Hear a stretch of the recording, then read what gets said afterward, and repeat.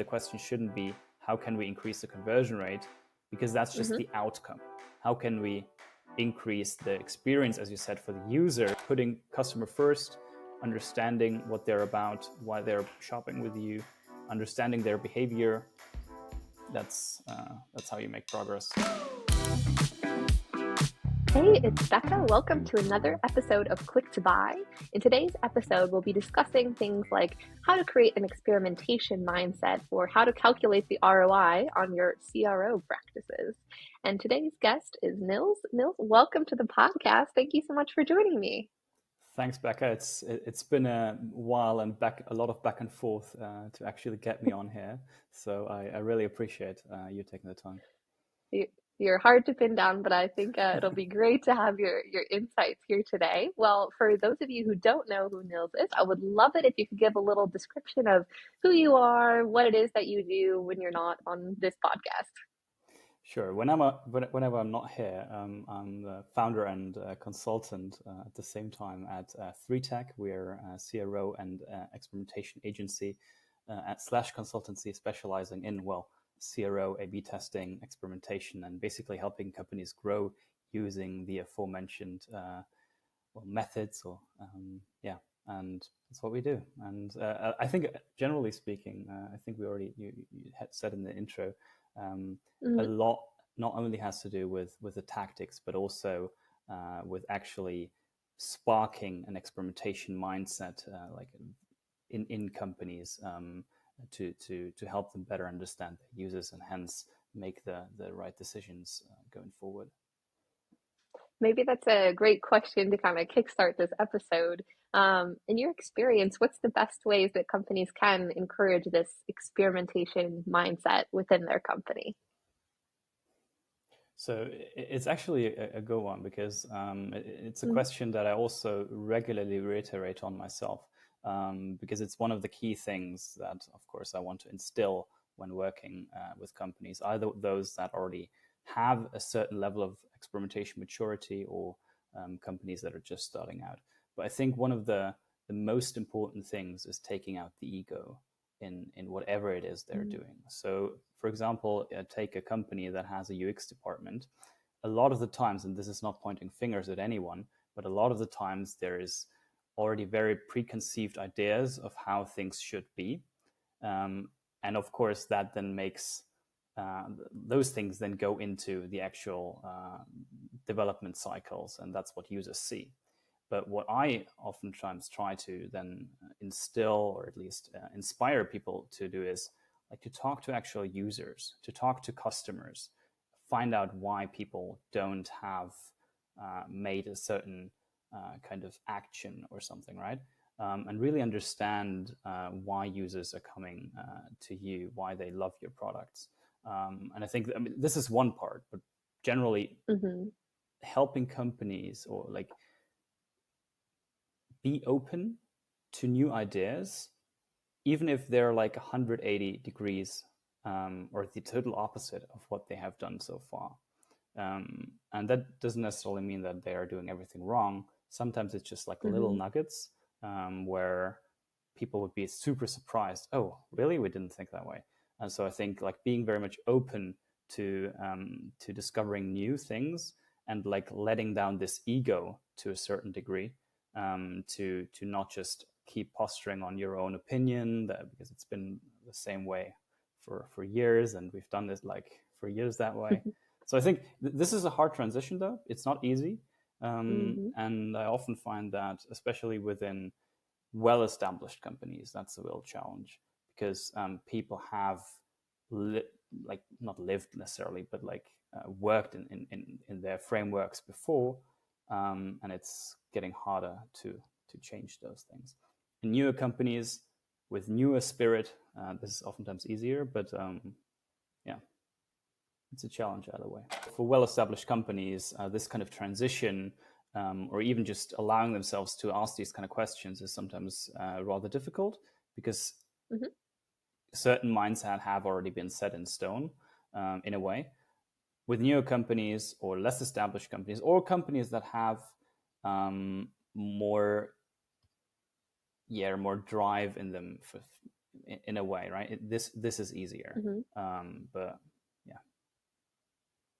Nice. And I guess maybe bouncing off that question, I know that when you're trying to get companies to think about incorporating experimentation or CRO practices, sometimes that means getting someone from the outside, maybe like yourself. Other times it means like upskilling people who are already in your company who maybe want to grow in that direction. Do you have any advice on resources that people who want to get better at these sorts of skills can use or can access to level themselves up? I mean, it totally, I know people hate this answer, but it totally depends what kind of company you are, and Yeah. how you're set up. Let me just give you one example for if you're a company that doesn't have internal resources to tackle A/B testing. Usually the way to go is to start with a freelancer, an agency, or somebody who can start building up processes, and like running the first test, but also doing the underlying research, right? True. Usually one person can't do that, at least not in a long term, to actually fulfill the needs that the company has, and also the kind of trust the company puts into one person to just do this. So what I usually recommend, that even though being an agency, I think building out internal teams, especially after a certain amount of time, I think just makes a lot of sense. And still, like, then we do this with a couple of our clients, where we then still come in, help, and then that's the point where the upskilling comes in. Like, make sure that the people in the company do have the right skills, develop in the I hate the word or the term right direction, but like that they're developing in the best, like in the best way to actually fulfill the CRO and experimentation needs that the company does have. So I think there's, depending on where you're at, like what level of maturity you're at, then getting outside help, or building up internal capacity can definitely make sense. The needs at each one of those stages is vastly different. So I would probably like do it on a case by case basis, but yeah. But you, That's true. I think I kind of evaded your question because you were asking about resources. And I think let's say someone's maybe at a smaller company, maybe they have a budget, or maybe there's somebody I know we actually spoke about this in my last guest, who mentioned that sometimes it's at like smaller startups and things where people are encouraged to like take on other skills and whatnot, just because they don't have maybe the budget to hire everyone. So if you're someone who's maybe more of like a self-starter, or just like really wants to help out, they see this need in their company, like where would you go, or where would you send someone to? So there is an awesome experimentation and CRO community. You'd probably find a lot of people on LinkedIn. Someone I really love pointing people towards is Ruben de Boer. Not sure if he's been on the podcast or if he's planned. He has. He has? All right, fair enough. And like his resources are spectacular, especially when you're a beginner, especially when you need help and guidance to do the first steps to really understand how research, testing, evaluating results, but also overall strategy, how they all come together. I think the courses and even his newsletter is like a good deal of resource to go to. Apart from that, what I sometimes recommend people looking into, it's of course a lot more complex, but is the courses on CXL. But especially when you're looking at upskilling, they have a wide range of resources that you can look into. That said, I am also a big fan of doing research and then applying the knowledge gained from research, or the inspiration, right? So I think nobody becomes an expert, or can't even get started without really actually having something that they can apply it to. So if you have a company website or an online shop, the best thing, and you want to build up the skill of understanding users. The skill is not increasing a conversion rate. That's another completely different topic. But if you want to understand users, understand their behavior and the whys and the whats, then actually finding through research something that you want to optimize or just better understand, like some kind of user flow, onboarding flow, and then just starting your first experiments. If you don't have the traffic for A/B testing, there's other ways of validating assumptions or hypotheses. But I think the number one way to actually learn this skill, to learn this craft, is by doing. That's how I did it. That's how a lot of other people have done it. But just by watching videos, I think that's a good starting point. But definitely not definitely not like the you only said, thing you should there's do. lots of options. Yeah, for sure. Depends on obviously who you are and what you're looking for.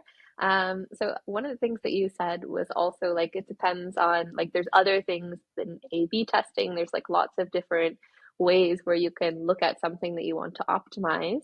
I was wondering if you had maybe like a framework that you've often used, maybe with like when you're helping maybe a smaller brand that wants to level up their online store. Do you have any kind of common psychological frameworks or things that you've used or see used more frequently, since obviously there's not a one size fits all?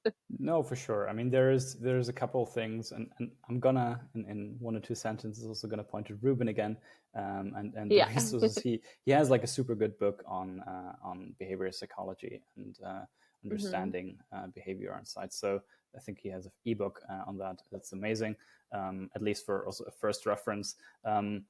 But there is frameworks that I certainly use either in audits or in fully fledged A/B testing programs with our clients. Hmm. That's the 7 levels model. I think it's by Konversionskraft, a German big German CRO agent and experimentation agency. That's certainly one that's you can leverage either for super small companies who don't have the traffic to test, but you still want to basically understand how the site is built up, what opportunities are out there, and really just have a framework to audit a site, right?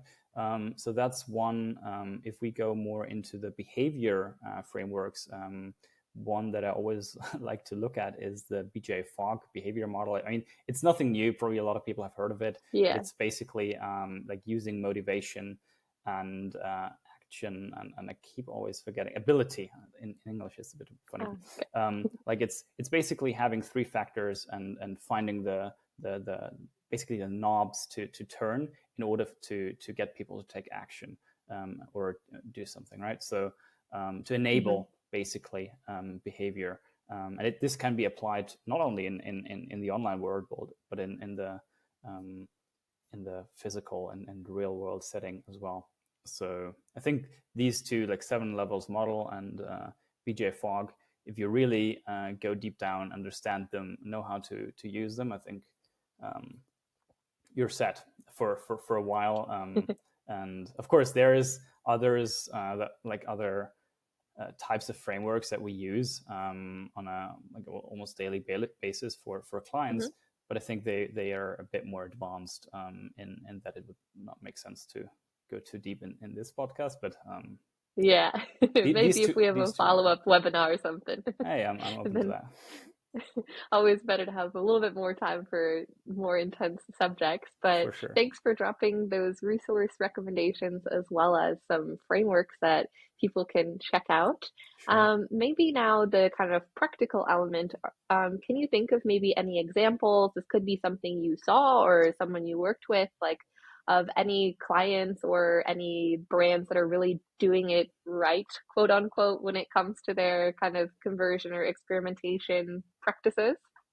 Yeah, let me think. It's I'm not a big fan of just saying, "Oh, our client XYZ does it the best," Sure, because yeah. that's a bit of. I would think we're doing like a really good job, but what I Hmm. always like to, and probably this is what I'm doing a lot of the time, is to also Hmm. get inspiration from, because it's always so easy to look at yourself, pat yourself on the shoulder, and then not look for what's possible. So even though True. looking at Amazon for a lot of times is far fetched, um, that's a great example of how experimentation um, on scale Mm. can really make sense.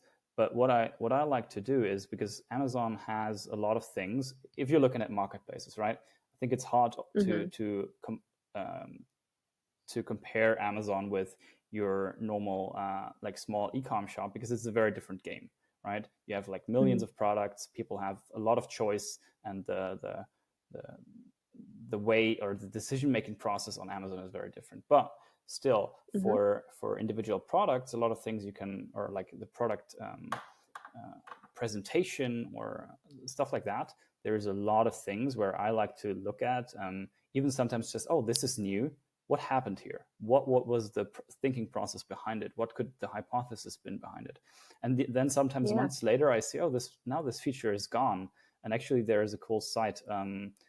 It's called goodui.org, I think, by Jakob. He has a whole compilation of sites that I'm not sure how he's doing it, but monitoring and seeing how they change, and an entire repository of experiment findings and results. So that's amazing. But I think getting inspiration from some of the big players doesn't necessarily mean that you have to, probably can't even, but run that many experiments, or you have to do the same things. But I think the most important thing is to get inspired, but then try to start validating also these ideas you might get from maybe big players, but also maybe from the one brand that does one little thing very, very well, and then validate that against your own customer base, and see if it actually works for you. Of course, just taking something from another page, trying it on your site, is probably not revealing the biggest potentials, right? But this is one way to start, and especially for sites that have already do a lot of user research, I think it's a cool add-on. But not sure if it answers your question, but that's how I like to go about it. No, thank you. That was very interesting to think about. So indeed, it's not really looking at one brand, but just thinking about how you can pull inspiration from things you see around you, and how that might spark like more maybe tailored experiments or things that can work on your kind of unique case-by-case basis. Because I know we've spoken to other people who run CRO agencies who said like they've noticed even from like one client who had like two different shops that were selling different things, like they each needed something totally different, even though it was like there were more things similar than maybe like you in a mass retailer like Amazon. So I think that's quite an interesting idea and approach to use this kind of way to pick inspiration and then tailor it. 100%. Like even if you take two shops, both built, say, on Shopify, they have almost the same theme, maybe just the logo is different, and similar products, probably a hard setting anyway. But if you look at that and then test one thing on one store and the same thing on the other, you might get totally different results, because the people buying might be totally different. They might be coming there for totally different reasons. The ad, like the frame they have when they come from an ad to your site, might be totally different. Could be totally the same. But on average, looking at all the projects I've done, most of the time when we just come with good assumptions, or not most, but a lot of the time they're still wrong. And this is, as a company, this is what I said earlier, you have to be very much open to being wrong. And that's good, because that's where you make progress. When something feels like, when any kind of transition feels hard, this is when you grow. And the same thing applies, in my opinion, to growth online, because nothing ever comes easy. So you really have to dig deep to find what works for you. But if you find that, then you can actually start understanding what's actually happening. That's where, in my opinion, the fun begins. Nice. Well, I have that actually perfectly segues into my next question, which was going to be, what is one thing you've seen, or one thing that you think most online e-commerce brands get wrong when it comes to trying to improve their conversion? So I talked about it earlier. I mentioned it a little bit. If brands focus on improving their conversion rate, they're already doing something wrong. So this is, I think, one of the core misunderstandings of what a conversion rate actually does, or what it actually means. So let's break that down. A conversion rate basically describes how many of the people on your site do a certain kind of actions, right? So in the case of e-com, this is usually orders, email newsletter signups, or something like that. But if you try to improve that conversion, like, you're going for the wrong thing. What you want to do is you want to understand what drives people to buy your product, or to sign up to your newsletter. and change or impact that behavior somehow. But this changing or improving this conversion rate, I mean, it's called conversion rate optimization, so that might be a flawed term. You can look up on LinkedIn, there's a huge discussion around that. But what I'm saying is, like, if we want to focus on the user, if we want to try to improve the user experience, make it easier for them to purchase or just find the information they're looking for, that's where it's getting interesting. But if we like looking at a conversion rate and say, oh, I want to double it, that's so selfish. This is not getting anybody anywhere.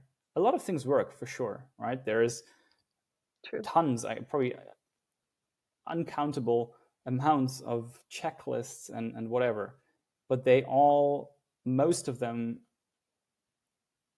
are BS because they focus on one thing, the shop. They usually don't focus on user behavior. Of course, some have that in mind, sure. But I think one of the biggest things that shops, even though they might say, oh, we're customer-centric, whatever, they still oftentimes lack focus on the customer. And I think that sums up a big problem in the industry.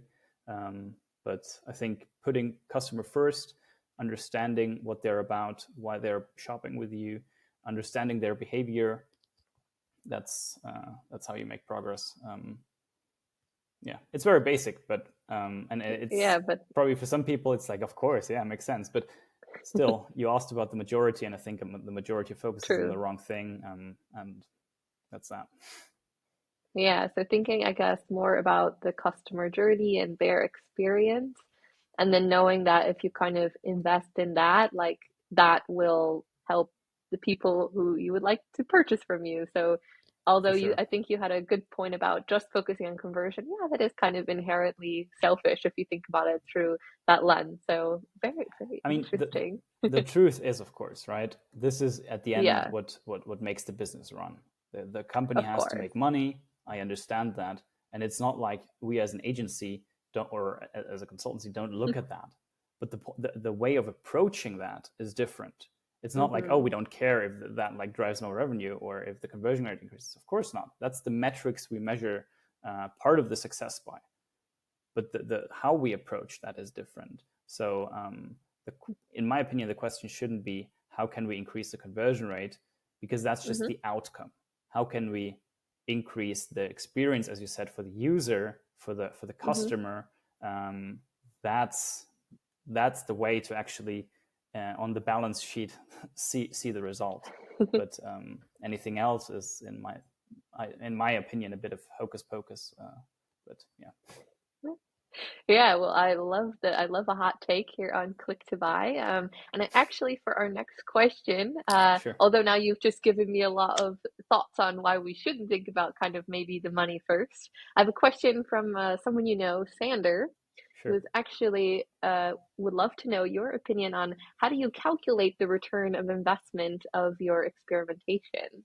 So maybe you can expand a little bit on that in the other ways that we can think of this ROI. Yeah, so it's actually, I think, a good transition, because like on the one case is the business case, where we of course have to look at, for example, if we're building up a CRO program or any kind of investment, has to somehow pay off.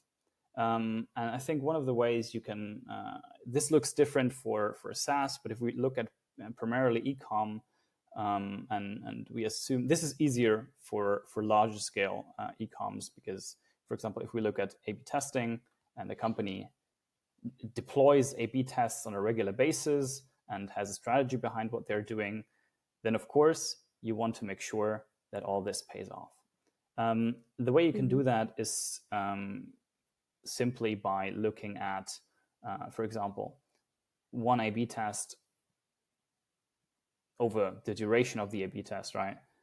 In the variation has yielded a certain amount of additional revenue. There's calculators that you can put in your numbers, and then you can like stretch that over, say, 6 to 12 months. That is part of it, but it's not an exact science, because how can you do that? Of course, you can only look at the past data to infer on future data, or on future Mm-hmm. events. But it still gives you kind of a ballpark. And yeah, like it's, of course, you have to make sure that you're testing the right things, and that you're not testing, using the infamous examples of button color tests, right? But like if you're doing that kind of Yeah. tests and like spending a lot of time like figuring out these little details, probably ROI on your experimentation and testing efforts, depending on your level of maturity, are going to be very low. But if you ask the right questions, right? If you use experimentation to answer the right questions, then getting to a return of a positive return on invest is like Mm-hmm. very high, because then you and I think this leads also into the second part of this. It's not just the monetary aspect, in my opinion, how to measure ROI, but it's also the learnings, the mistakes you are not making by actually answering questions that you would otherwise just using guesswork for. So the way I try to think about it is like, how many decisions am I, one, able to make more confidently? Two, how many decisions can I not revert, but like how many wrong decisions can I not make, or can I prevent myself or the company from making? And how Mm-hmm. much money is that saving? So there's a lot of ways to look at it, but at the end of the day, you have to find a framework that works for you to actually, and this starts with asking the right questions on what is it that you actually want to use experimentation for. And if you're just starting with, I want to double my conversion rate, you're bound to fail, because you're setting like a very high expectation for yourself or to the person that's doing that, but you're also not asking the right questions, and that plays into what I said before, right? But Yeah. at the end of the day, I think sometimes doing small steps but asking the right questions is the way to go, and then from there you can, I think, see higher growth and also impact on the entire organization.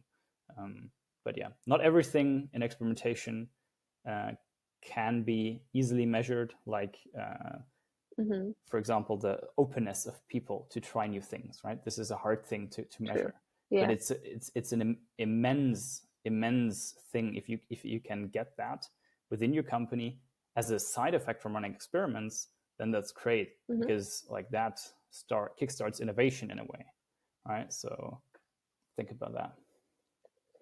That's a really good point. Like there's certain things you can't really put like an amount on, but having that openness, maybe having people be having more of this like mindset to try to take different frameworks and apply it other than just like fixing your web page, but to other parts of the business. Like these are Yeah. not things you can maybe quantify, but I really like what you said. Like if you're not asking the right questions, you're not going to get maybe the right results that you're hoping for. Yeah, and it's Um, in the same way. There is so I think about experimentation. If you do it properly, mhm, it becomes a business function, or a business uh, yeah, like a part of your business. The same mhm, way bookkeeping, accounting, or I don't know, the the function, or the people who clean your offices, right? You, yeah. you can't necessarily measure every aspect of all these departments, but they're Mhm, necessary, and they're there to not only make sure your business keeps running, but they're also there to make people feel good. To Yeah, and in the same way, I believe something mhm, I haven't yet been able to measure that well, but on the long term, experimentation also adds happiness in a company. Not all the time, for mm, sure, but I've had like one specific case that I like to point out, or like look at, where in the beginning, when we started out with a client, people were like, "Oh God, we have to do an extra thing now. We have to build tests." And I was like, "Sure," but the management was behind it, so that was great. But at some point, their CMO came to me and was like, "Hey, people actually like running tests now. They see that this has an impact on their work. This makes their work for them more valuable." And if you think about connection, that if people connect more to what they're working on, this, Mm-hmm. I would say, probably has a good impact on productivity. My personal take, but maybe Yeah. one that some people are able to take home. Well, I love that. I think that's such like a positive note to kind of wrap up our discussion. And before I let you go here, I would love to know if you have maybe a question that we could ask our next guest. So our next guest is somebody who's very involved in A/B testing, the A/B testing influencer. I won't spill their name, but think along these lines. If you have any sort of question out there, or if you're just interested in like an alternative opinion. Yeah, so I have like already a picture of who that could be, based on recent LinkedIn posts. But I'll ask a question that Mm-hmm. I'm sure he'll have a good time answering, or he, she, I don't know. Who knows? They will have a good time answering. And it's like, how do you make sure you're running the right experiments, especially if Mm-hmm. you're on a limited on limited resources, right? So case being, you're a small ecom company, so you can only run 2, 3, 4 experiments per month because maybe that's don't have the resources internally, or you don't have the traffic to support more. How would you make sure that you're running the right experiments to actually make sure this program, this invest, has an ROI? I'm curious. Mm-hmm. I have my I love personal it. answer for that, but I'm curious to hear their approach. Well, we'll get back to you when we've recorded their episode so you can hear their hot take on this. Well, Sure. thank you so much for a lovely episode together, Nils. If Thanks. people want to hear more from you or see any more of your tips, where's the best place that they can find you? So LinkedIn is a good place. Also, if you just want to Mm-hmm. reach out or ask a questions, I'm always happy to answer or help. Yeah. Sometimes maybe even too much, but um, LinkedIn, my newsletter. I Mm-hmm. post once a week on my newsletter, so that's where you can find me. And also currently building up a new blog to actually help more people with ready-made content, and get the zero juices flowing. So probably Oh, on exciting. 3tech.de. Yeah. Perfect. Well, we'll make sure that we include those in the show notes. Thanks again for a great episode. So happy to have had you. Hey, likewise, and I'm happy it finally happened. Same. Well, that's another episode of Click to Buy. We'll see you in the next episode. All right, see you.